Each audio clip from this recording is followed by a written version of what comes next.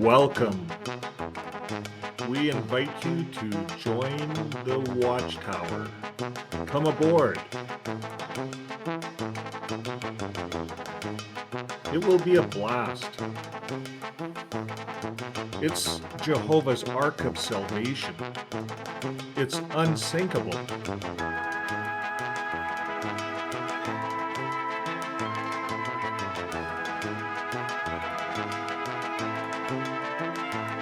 There's loads of fun.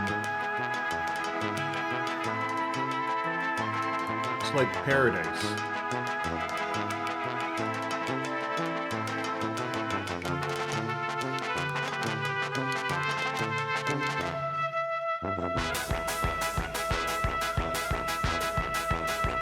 But then, one day, it starts to sink. And you're on it. And there's no lifeboats. You're stuck. It's chaos everywhere. What are you going to do? The water starts to rise. And will sink the ship. The ship is sinking.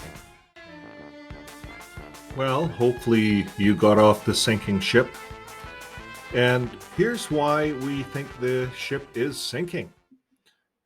In Canada, we can go to what we call charity data, and we can look at all the the data for all the charity organizations. So I first of all went to my old congregation I was in, Parkland Congregation of Jehovah's Witnesses, and in 2016 they broke even, the red and the green. So the red's the expenditures and the green is the revenue. We'll go over this quite quickly. So in 2017, they had more expenditures than they had revenue. And in 2018, they had a little bit more revenue, but it doesn't look like it was enough to cover 2017. And then in 2019, they had just a little bit more revenue. So they're probably about even now. And then 2020, it looks like they're even. And this is looking like cost them about $40,000 in revenue to run the facility a year. Okay, so we go to the Edmonton Assembly Hall, and this is the assembly hall I used to attend, and it's in worse shape. It's in bad shape. 2017, it had some revenue. 2018, it had revenue, and that's when times were a little better. But then 2019, it's in the red. So it's going in the hole. In 2020, look at the drop. So we go from 200,000 all the way down to 50,000, 60,000 maybe, 2020. And then it drops again in 2021. Now it's almost at zero, 2021. And when we drove by it, if you look at one of my old videos, I can clip it to this. The place was empty. It was a ghost town. And this actually tells you how much it cost to run that place and how much they paid for it. And you can get all the data. They paid $1.4 million. And now they value it at about $2.2 million. Mind you, it's on Devil's Lake, so I think it'd be a hard one to sell. And just because of location, it's all about location. It's way out in the country, that one. So anyways, let's go to the Peaceview Congregation up in Fort St. John, British Columbia. And this has a little different chart, revenue and expenses. So it goes to 21, back to 13. So 13 being the red and the green. So it looks like their total revenue is 36,000 over the 2021. So it's a little different chart. So now I'm going to go back to the charity data, Central Congregation of Jehovah's Witnesses in Calgary. And 2017, they made a little money. 2018, they went into the hole. I think everyone did. Is that when COVID started? 2019, it's about even. 2020, they're in the hole big time. And I don't think they recovered in 2021. And we don't have any more data up to 2023. But these halls are not making money. I think they're just hardly making it. This one here, Strathmore, it's in the red, 2021. It's in the red 2019. It's in the red 2017 when times are good. So what's going on here in Alberta? There's all that money in Alberta. And this Norwood Congregation of Jehovah's Witnesses is very incomplete. I think the secretary is on holidays there. Now we go to the high level congregation. That's an oil town in Alberta, northern Alberta. You think there'd be lots of money, but 2019 they're going broke. 2020 it looked like they recovered. 2020, 21, but these guys, they're not rich at all. This is going to the Hubbard's congregation, Hubbard's, Nova Scotia. 2017 they're in the hole. 2018 they recover. 2019 they're even. 2020 they're even. 2021 they're even.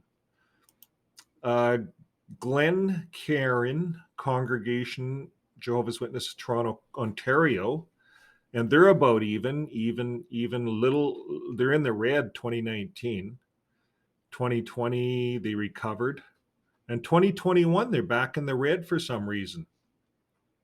So I think this all has to do with economy as well in areas. This is a circuit, a 1B of Jehovah's Witnesses.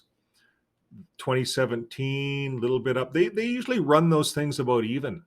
2021, it shows they made a little bit of money. Now, Watchtower Bible and Tract Society of Canada. Let's see what they're registering. 2017, they're registering. They went in the hole. They went in the red quite a bit. 2018 ran in the red. 2019 they're in the red. 2020 they're recovering, and 2021 they had a big recovery. I don't know if it's enough to make up. Maybe. So oftentimes we wonder where does the money go? Where do Jehovah's Witnesses and how do they deal with the money? So in Canada here, we can take a look at Watchtower Bible and Tract Society, Charity Intelligence in Canada. And their star rating is an XF low, red, and 99%. So they're rated very low. And they're rating this as kind of bogus, actually. So now the overview about the Watchtower Bible and Tract Society, and this is Charity Canada. They don't tell anybody where their money goes, really. They're not transparent. We'll show you that. But here I got this highlighted. According to the Watchtower T3010 filing with the CRA, that's the government, it spent $10.9 million on international programs and activities in the F 2021, of which $8.7 million went to the Watchtower Bible and Tract Society of New York. So out of $10.9 million, 8.7 went to New York, probably to build Ramapo. So here, the organization wants to advertise that they're helping all these countries that need help, and they're really not helping anybody but themselves. It says during the F 2021, Watchtower printed 33 million copies of the Watchtower and 41 million Bible-based tracts, 4.9 million copies of Awake magazines, and 8,500 Bible-based brochures. And they were free to the public and the congregation members throughout Canada. You see, this is what they're showing as what they're doing. This is their charity, is giving free literature. And they don't give it free because all the publishers donate for that literature. That's where they get their income, because we're made to feel guilty for all the literature we take from the counter. And they give talks saying, you know, this literature costs money, and you know, in the old days we used to charge for it. So they give talks like that, and it ends up that the members end up paying for the literature. But the Watchtower does nothing to replenish the trees or the earth for all of the literature that it prints, all the magazines and all the printing. So we see that the Watchtower does nothing there. Now, the results and impact. Charity Intelligence has evaluated Watchtower Bible and Tract of Canada and found the charity to have a low demonstrated impact per dollar. So they do nothing. They do nothing for people but give out this free literature, is what they say to people, to Charity Canada. And that doesn't help people. All these other organizations, the Rotary clubs and everyone, they have excess money, and they're saying, where can we help? We've made this excess money. How can we help people? So then the charities try to funnel money out to help people. Now, I'll show you in a bit what's happening. But first of all, the Watchtower Bible and Tract Society is not financially transparent. I'm going to repeat. And this is in Charity Intelligence Finances. Watchtower Bible and Tract Society of Canada is not financially transparent. The financial analysis was based on financial statements provided by the government. So these guys went to the Watchtower and said, "Hey, look, we got to fill in all this Charity Canada. This is what we do in Canada." And the Watchtower says, "Get lost." Yeah, get lost. They might as well give them the finger, and that's what they do. So the Watchtower is not cooperative. They had to get this information from our government. So it's incomplete. We really don't know what the hell Watchtower is doing there. It's all very, very suspicious. And that's why we have a petition.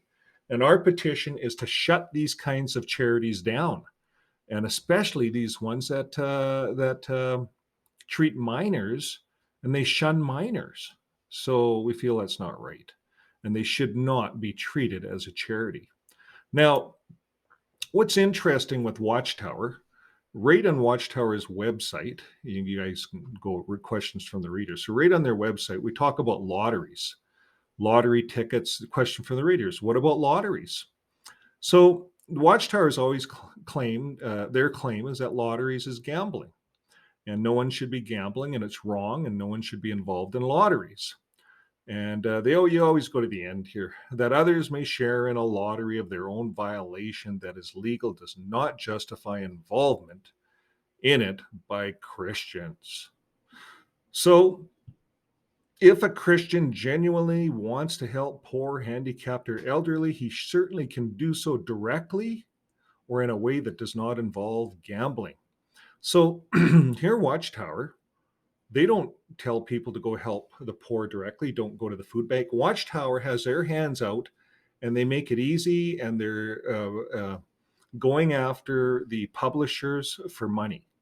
And but yet none of it goes to help the poor, the handicapped, or the elderly. None of Watchtower's money, and they can't prove that, and that's why they're not transparent.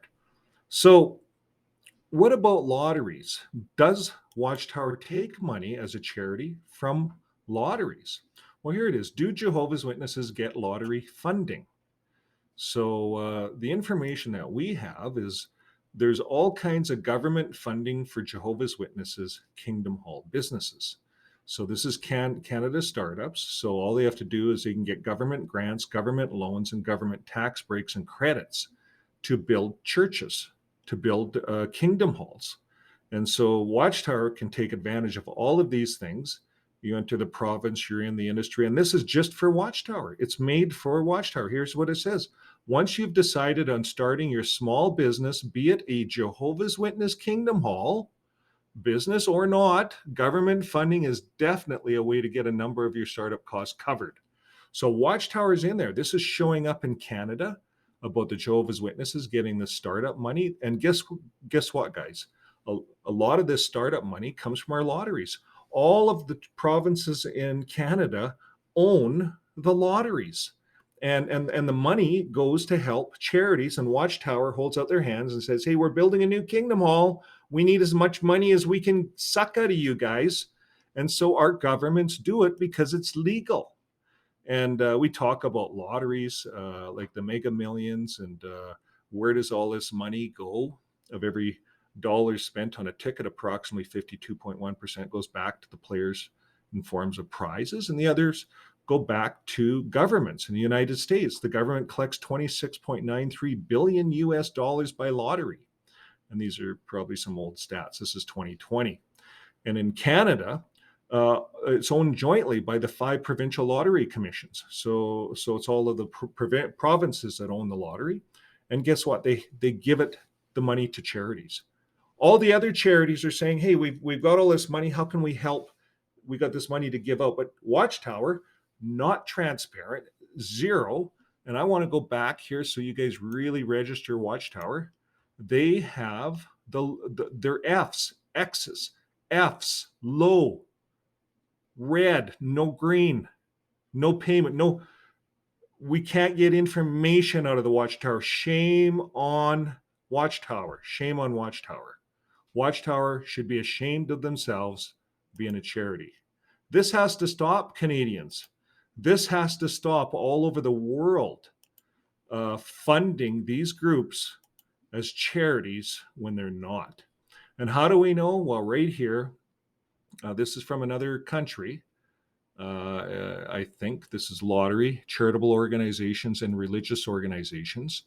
The AGCO is responsible for regulating and overseeing licensed lottery events such as bingo, raffles, and sale break open tickets conducted by eligible charity and religious organizations to raise funds to support charitable purposes. So the religions are all involved. And when Watchtower wants to be a religion that's accepted, they get all the benefits. That's what they're fighting for. In Norway, they're losing that or lost it. And now all over the rest of the world, we as residents have to make a stand, and we have to say no more charity to these kinds of organizations. So here it is, funding for faith-based organizations, a quick guide. We often get asked whether we can fund faith-based organizations, and the short answer is yes. Faith-based organizations, depending on their project, can be eligible for our funding. Here we answer frequent questions around this topic, but if you have any more burning questions, please get in touch with us. Can faith-based organizations apply for the National Lottery Community Fund grants? Yes.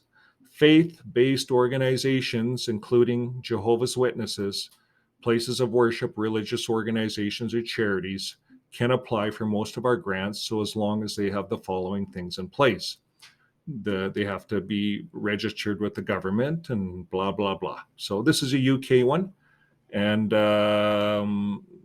if you're a Jehovah's Witness and you think that your organization is not taking advantage of lottery fundings, then think again. So that's all we have to say on this subject, folks. So for now, when we look at the Watchtower, it's bleeding. It has many holes in the ship. There's lawsuits coming out of the yin-yang, and it's just going to get worse, folks. It's a sinking ship.